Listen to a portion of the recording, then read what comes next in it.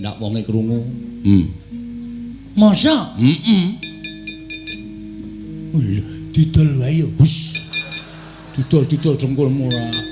Larang lho iki, larang-larang iki bendara e. Ana wis kaya ngene nggo abrak apa? Malah ngentek-enteke wedhus engko. Ya ora kaya mikir kan.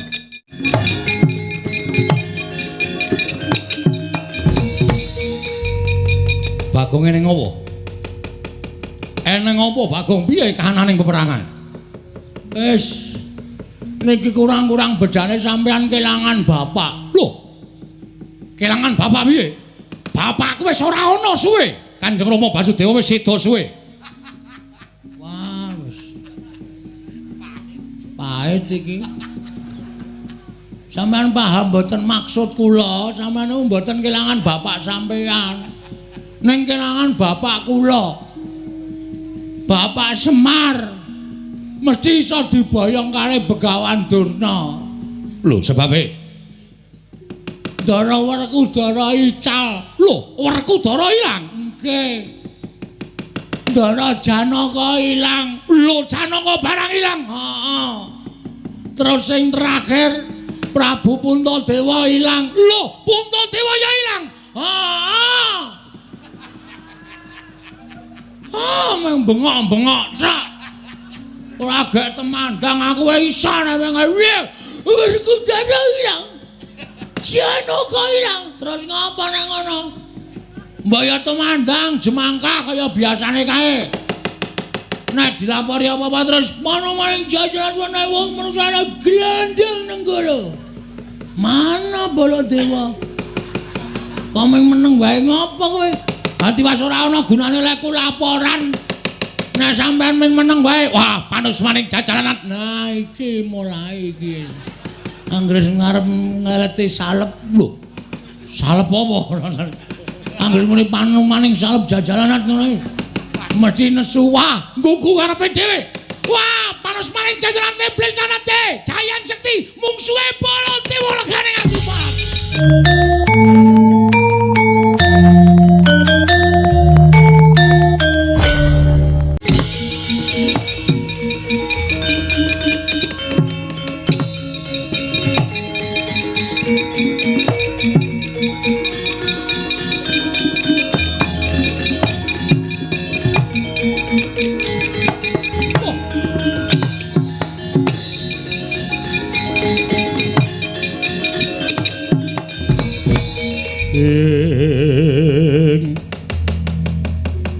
Ansamar pamoring sukma sinukmaya winaya wingasepi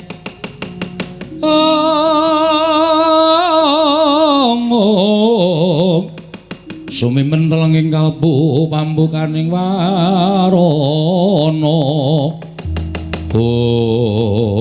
wah Ratu Mandura Prabu Baladewa ora pangling aku wis tau ngerti kondange yen duka mesti nggilani tandange. Ya. Ora bakal kowe tak mor marang para Pandhawa. Nanging wing bakal tak gawe wirang. Keclorong Kyai Candra Winayang. Ora salin wujud dadi wujuding macan aja tuntang nata Prabu Jayang Sekti Parat. Strayali binatang panumaning jajalanat. Durung bapak kulitmu durung putung barang nglepaske pusaka. Kowe wong jiren getih wedi mati Jayang Sekti ayo. Tandang ana tata Mandura Prabu Baladewa. Kirung sadar apa ya? Kok iso Den Petro apa kowe nang kene? Kowe aja palangi aku Petro, mikir tandangane. Ora ngerti tenan iki. Kula sing weruh mbrebes mili lho, Den. Nek dadi sampean wujud kaya ngaten. Petro apa nangis mikir? Mikir Petro. Lho. Lentuk nang ndi terus kok entuk macan sirkus? Macan sirkus dengkulmu mlocot ora. Sampai iki. Bagong apa Bagong? Lho, kok iso ngomong? Iki nganu batuk dikarciske. Dengkulmu ora. Ada macan bisa bicara ngono. Macan bisa bicara ora mundur kene rajong kowe. Iso wae. Ndak wonge krungu. Masa? Didol wae ya, Bus. Didol jengkulmu ora. Larang lho iki, larang-larang iki bendara e. Ana wis kaya ngene nggo abrak apa? Malah ngentek-enteke wedhus engko. Ya ora kaya mikir kan. Petrone ngowo. Nuwun sewu Den, Mang nuwun sewu, panjenengan rak saged ningali suku panjenengan piyambak to. Mang tingali suku panjenengan. Lho, sikil ngowo. Nggih mang tingali. Kok iki sikile sapa Petro? Petro iki sikile sapa? Nuwun ngapunten, sampeyan wujud macan sak menika ndara. Aduh mati aku iki. Aduh.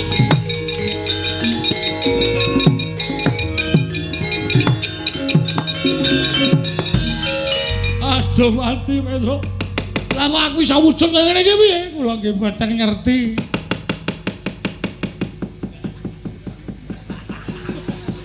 Kula nggih ora ngerti. Aku tadi iso wujud kaya ngene iki piye Petro? Kula nggih mboten ngerti. Aduh, wah edan tenan. Masa macan nek ngentut muni ya, Tru? Ayo muni kok ya. Wah, aku anu buntute munggah dadi ketok kaya kentrang jenengmu. Omongane kok sekono. Pun matur bapak mawon. Bapakmu nanti aku njaluk tulung kawujude kaya ngene piye? Nggih, monggo.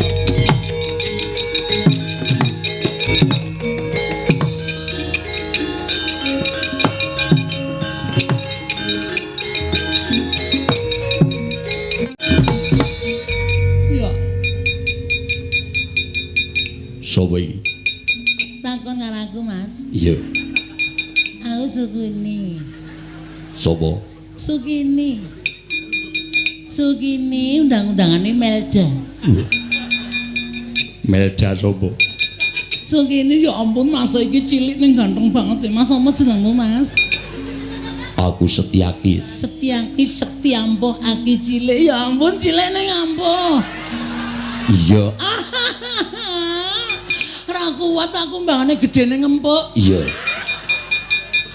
Lu wong cilik ning ampuh. Iya, dasar Purworejo kuwi sapa? Sukini. Kini su. Arep ngopo mrene? Gelut. Ama Suramrata Jaya Mrata imbang yen padha-padha. Ayo Mas. Gelut. Tiban tangan pecah siramu. Timban ati ketiban alatku musik mati jeneng. Alat musik endi? Iki lho Mas. Wiki ambiar. Gilane. Ya ampun Mas Setyaki mbok yo didadekke sik regane. Ya ampun. Melayu ya ampun. Gilane. Gir, wonten dawuh, mundur Gir. Sampeyan kewirangan. Mungsuhe ora kaya sakbaene. Kula ingkang badhe nugel janggane pun boten saged kula elekke, kula semanggaken.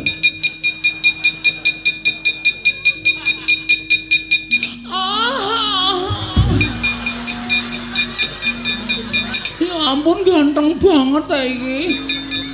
Sopo Mas? Gatut Kaca. Gatut Kaca ya ampun suarane gedene raja macam. Dadaku deg-degan. Aku ya ampun brengose, geli aku.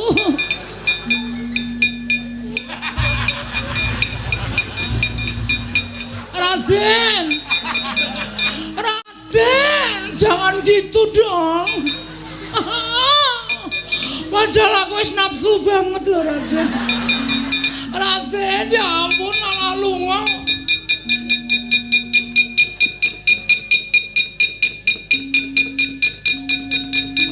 Waduh ya ampun wong karangga dempel ganteng kabeh. Ya ampun sapa Mas? Antarja. Antarja. Antarja ya ampun kaya antar pit antar. Ih. Ya ampun ilang angslep ning bumi ya ampun maslep ngono kuwi merinding aku. Aku biasanya ya dislep ngono. Ya ampun ilang.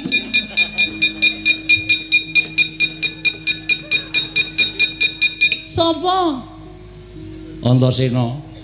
Kowe sapa? Sukini.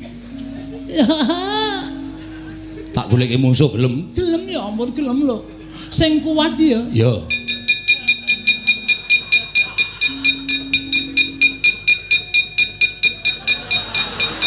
Pak, owo. Mungsuhe ampuh banget. Paman Setyaki, Kakang Harukaca, Kakang Turjo melayu kabeh. Aku ya arep melayu. Wah, edan. Yen kewirangan wong tuwa.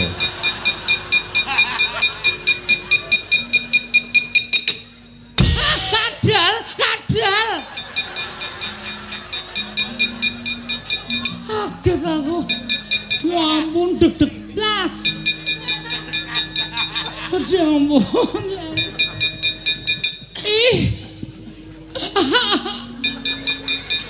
Gede banget ya. Aku pasti terpuaskan.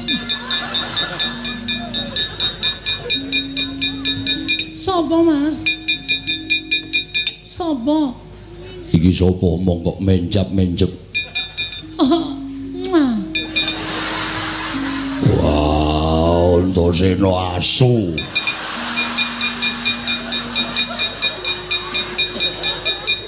Wong tuwa diabus. Mas, ya Allah, gede banget aku wis gak iso mbayangke. Semua musuhku lari.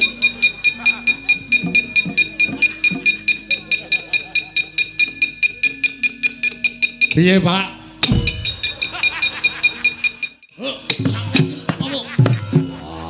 Ora mbles buwilak kecek dasmu. Wah, Werkudara ditukke banci.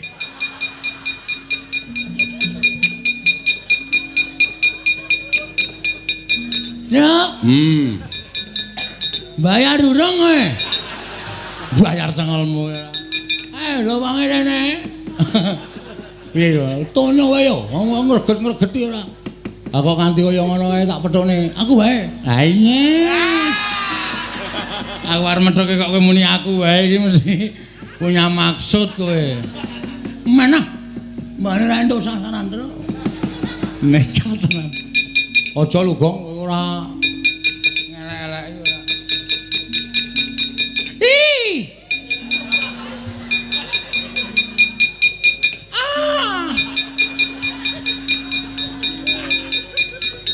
Piye Gong? Karo rupaku gila wae ya. Tak methuk iki mah merem ngono. Akae sing digoleki ya wong bagus-bagus kok iki rupane kaya ngono kok. Kasandana ning kene wae engko tak. Ya ampun iki ngopo iki jenggote dobati ngopo iki? Ya men dingu kok ora entuk Dipantang griseni ya ampun. Mbok irunge ra ngene iki to, Mas. Aku dadi kelingan sing ora-ora.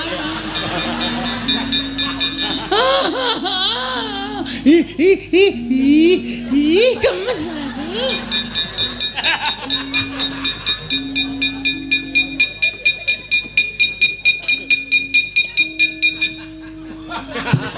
Ora ngono kuwi to, Mas. Aku grisi deloke. Kok pecah dasmu lho, Kong. Nganu apa jenenge? Risi ro irungmu lho, Tru.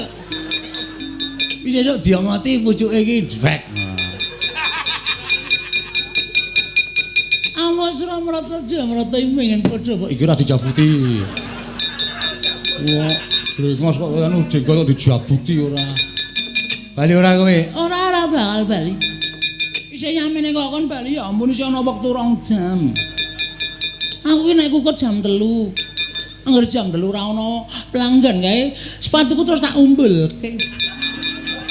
Aku terus melayu sifatku ping ndak konangan Satpol PP. Mulai ora kowe? Ora mulih, sesuk ora mulih, saiki ora mulih. Aku mau mulih. Awas ora mrata jamrata yo Semar endi? Semar. Toko Mas Semar. Tak boyonge legane ati.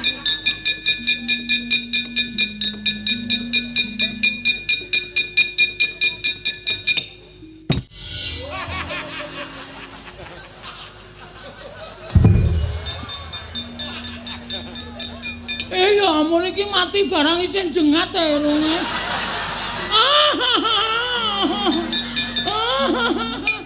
Ayo, arti apa iki? Wah, kurat.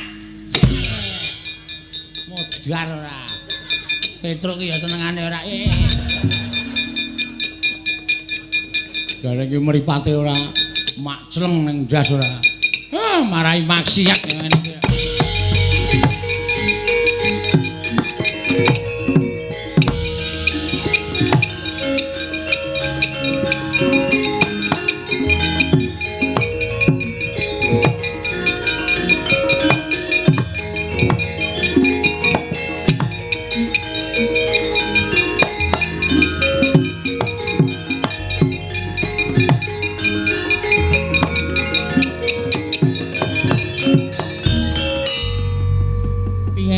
Sukini.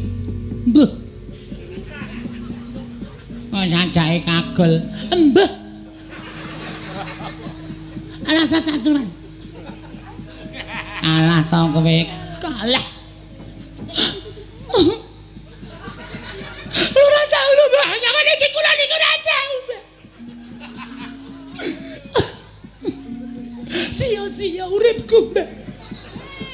Loro-loro ati kula mesti sepele karo wong kare kecepe.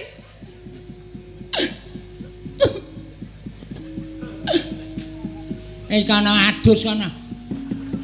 Nek muring-muring terus apa-apa dipecahi, apa-apa dipecahi. Ndak malah ngententeke apa-apa sinuwun kados pundi kawontenan menika sinuwun kula sumangga.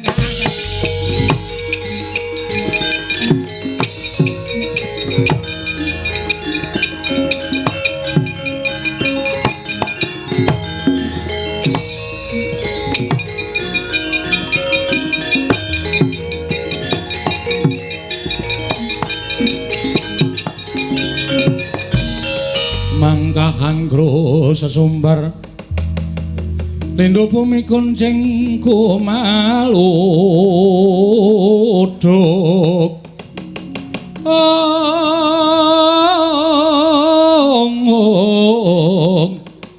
kumaluduk guntur ketup lumembak penyu kang kumambang prajurit padha piyaos sak landhean. Wah, wangune wong karang adempel ora kena disangga enteng. Konangan Prabu Jayeng Sekti ora padha kukut genderane aja tuntang nata pagelaran barat.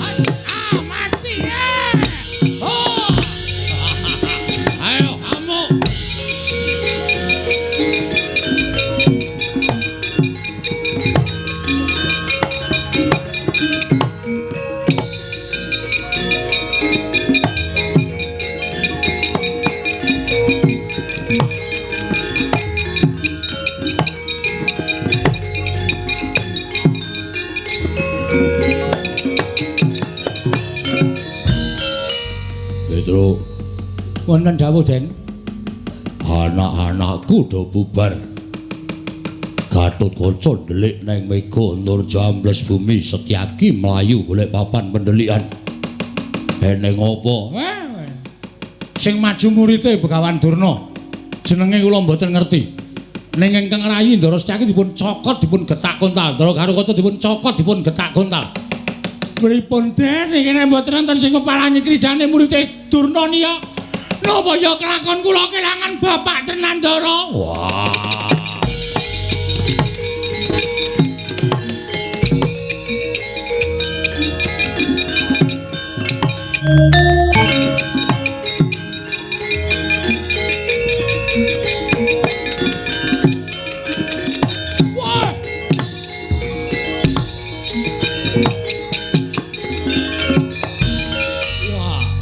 gagah Werkudara. Sapa siswaning Begawan Dara? Prabu Jayeng Sekti. Ayo, meneke Semar apa? Ora bakal tak wenehake. Wah, lakon kene Pancaka. Waduh. Untung mati aku. Hai.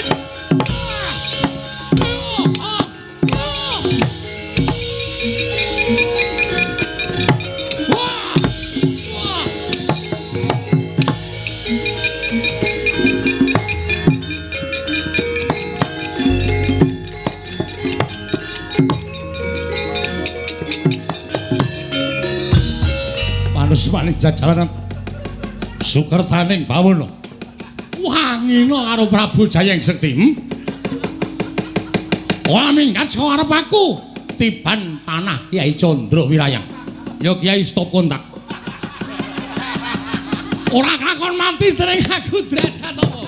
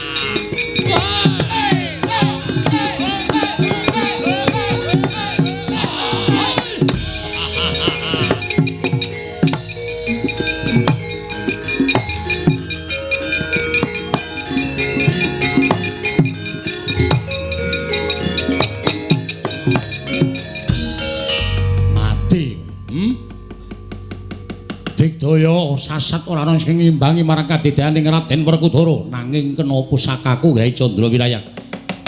Ora nggletak apa dianggep aku ora iso ngalahke karo kowe? Ayo, ora bakal bisa nglawate prajurit lemboke Pakun Jaran Senengati Wal para Pandhawa.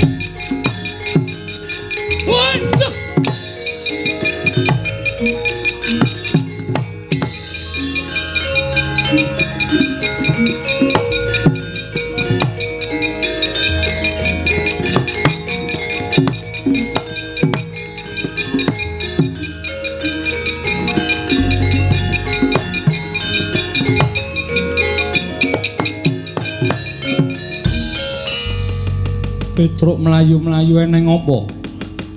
Ngaturaken Triwasan Ndara. Nek kula matur napa Ndara mboten kejot penggalipun mboten kaget. Kowe arep matur apa Petruk? Katon gugup.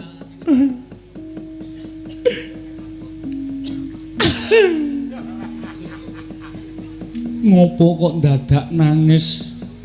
Mboten mentala kula ajeng matur. Nalika semanten para putra Pandhawa sami kenjang kapracondhang mergi mengsahipun muridipun Begawan Durna nami Prabu Jayeng Sekti. Dadi cokoti. Monggo ranggo lombok ya. Dadi cokoti do ndelik. Terus sing maju Ndara Werkudara. Kare Ndara Janaka maju. Mboten kena ana jebul. Siswane Durna niku ampun tenan, Den. Kula sawang saka katebian Ndara karo Werkudara Ndara Janaka dilepasi pusaka. Saniki mboten ngerti temputi papan gunungipun tasih sugeng napa sampun seda Ndara.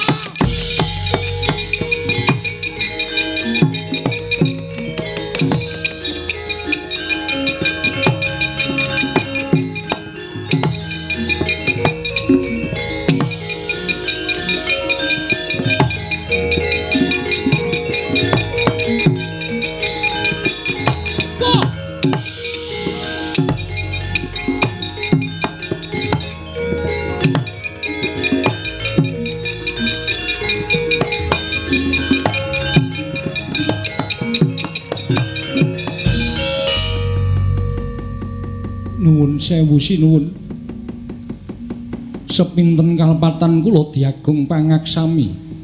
Menapa paduka ingkang namipun Prabu Jayeng Sekti? Ya, wis apa? Dipun tepangaken kula menika pambayuning Pandhawa, kula pun Darma Kusuma. Wah, dal. Nalindra Ngamarta Prabu Darma Kusuma. Inggih, mila mekaten. Sowan kula wonten ngersa maduka Gusti kula Prabu Jayeng Sekti namung badhe nyuwun dawuh. Wonten pundi kadang kula Werkudara menapa dene Arjuna menawi tasih gesang papanipun wonten pundi nanging menawi sampun pejah niating manah kula namung badhe bela pejahipun kadang kula kekalih sinuwun. Prabu Darma Kusuma. Dulurmu wis ora ana. Dulurmu wis tekaning pati dina samengko wis tak kunjara, mesti ora bakal tak wenehi urip dulurmu Werkudara karo Janaka.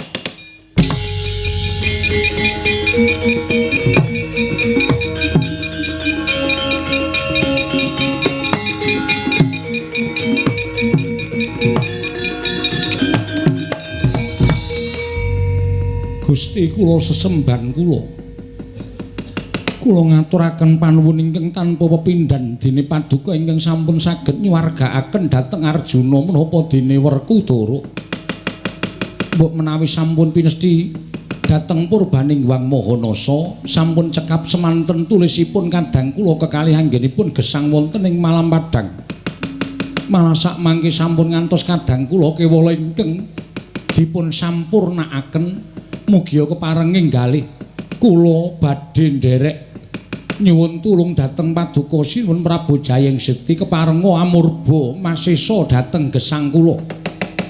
Sampun boten wonten ginanipun kula gesang wonten ing Madyapada bebasan sarah mungguing lautan. Wastra lungset ing sampiran menawi kadang kula kekalih sampun boten saged kinukup gesangipun sinuwun. Kula nyuwun dipun sampurnakaken. Wah, candak pakunjaran papanmu Baladewa. Wah.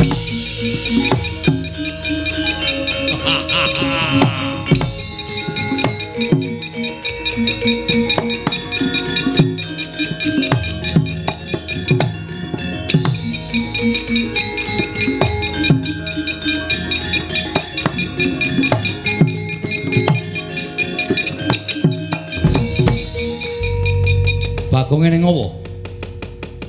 Eneng apa Bagong piye kahananing peperangan? Wis niki kurang-kurang bedane sampean kelangan bapak. Lho. Kelangan bapak piye? Bapakku wis ora ana suwe. Kanjeng Rama Basudewa wis seda suwe. Wah, wis. Pahit iki. Sampeyan paham mboten maksud kula, sampeyan mboten kelangan bapak sampeyan. Ning kelangan bapak kula. Bapak Semar. Mesti iso diboyong kalih Begawan Durna. Lho, sebabe Ndara Werkudara ical. Lho, Werkudara ilang. Nggih. Ndara Janaka ilang. Lho, Janaka barang ilang. Heeh. Terus sing terakhir Prabu Puntadewa ilang. Lho, Puntadewa ya ilang. Heeh. Meng bengok-bengok sak. Ora gek temandang aku wae iso nek Werkudara ilang. Janaka ilang. Terus ngapa nek ngono? Mbaya temandang jemangkah kaya biasane kae. Nek dilapori apa-apa terus mana maning jajaran wene wong manusane glendeng nang kono. Mana Baladewa? Kok meneng wae ngopo kowe? Ati wis ora ana gunane lek laporan Nek sampean ming meneng wae, wah panus maning jajalanat. Nah iki mulai iki. Anggere ngarep ngeleti salep lho. Salep apa rasane? Anggere muni panung maning salep jajalanat ngono. Mesti nesu wah, nggugu karepe dhewe. Wah, panus maning jajalan iblis nanate. Jayang Sekti mungsuhe Baladewa legane ngadupat.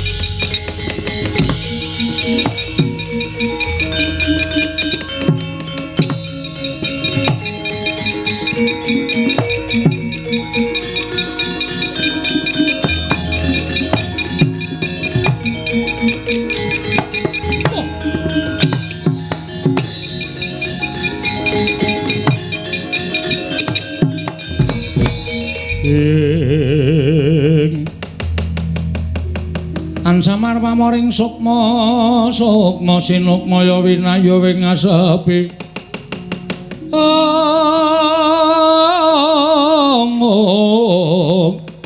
sumimen telenging kalbu pambukaning warana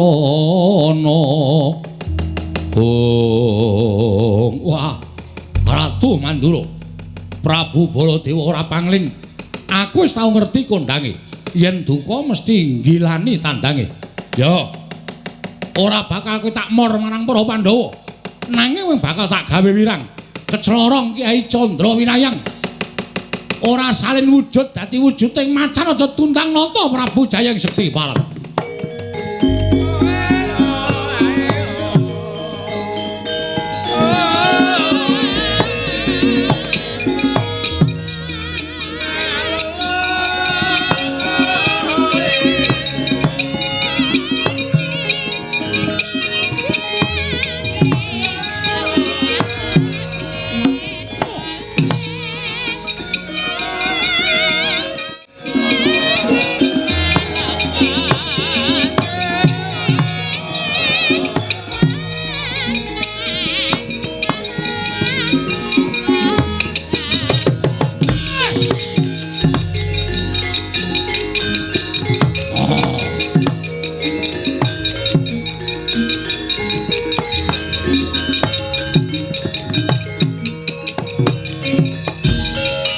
Yoli binatang panupaning jajalanat durung bapak kulitmu durung putung barang nglepaske pusaka kowe wong jire getih wedi mati Jayang Sekti ayo tandang ana tata Mandura Prabu Baladewa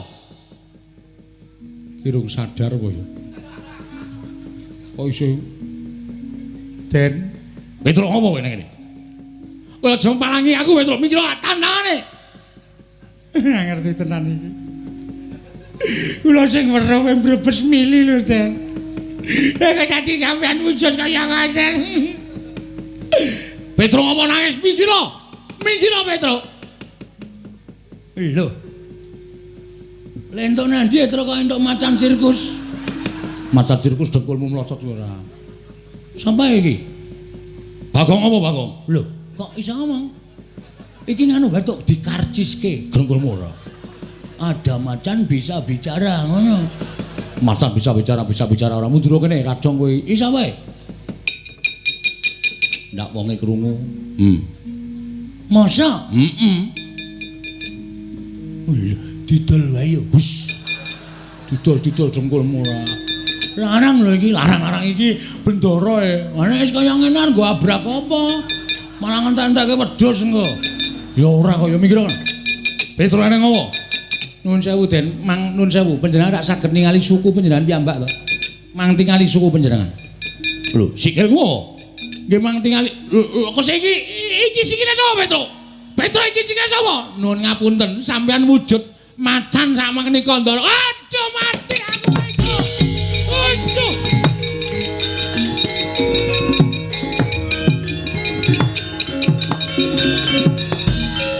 Aduh mati Petro. Lah kok aku iso wujud kaya ngene iki piye? Kula nggih mboten ngerti.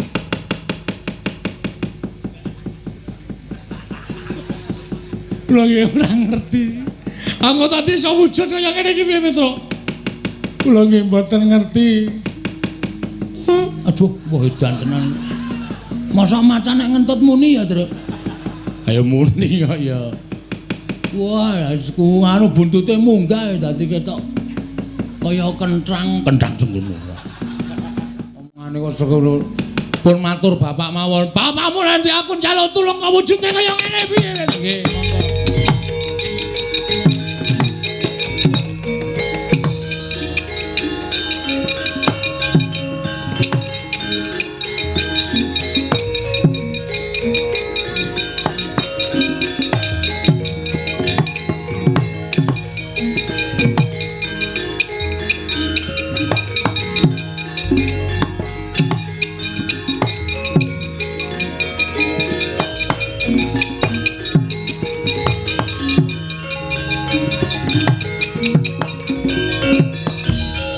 Marikoten prayitna semuriris eka balik titiyani gandayani